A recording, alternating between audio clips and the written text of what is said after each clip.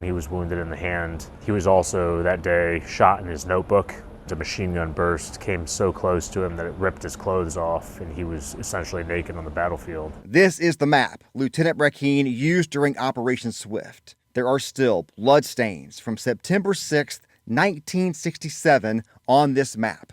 Here and here. That firefight that day was something that traumatized your grandfathers. Tell me a little bit about that.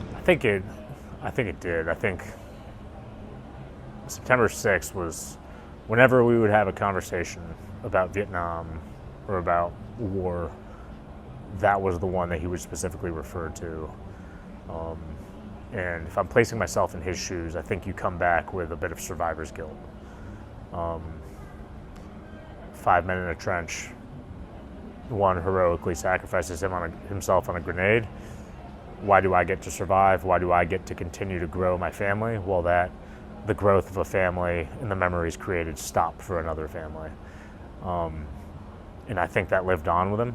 And it's something that I think about to this day, right? Like, what could have been the possible outcomes for the Davis family if someone else had done that? The Marines are ordered to fix bayonets because now hand grenades. The reports are that when the hand grenade would come into the crater, and everybody would climb out of the trench as fast as they could. Just to give themselves a split second to survive. They'd get shot at, they'd pile back into the trench, and they would basically time it. If you are in a trench, there's no way to avoid injury. You've got to get out of the trench. If a grenade would fall at the lip of the trench, they would just hunker down. At this time, 2 hand grenades come into the trench at once. A grenade fell right outside the trench and right inside of the trench simultaneously. By luck, the grenade on the lip of the trench exploded first. The Marines roll out of the trench. And my grandfather says what he remembered was trying to climb out of the trench and doing this. And they hear a thud. And all the reports are that they knew immediately that something sounded different. It didn't sound like the hand grenades that had gone off previously. They knew something was different.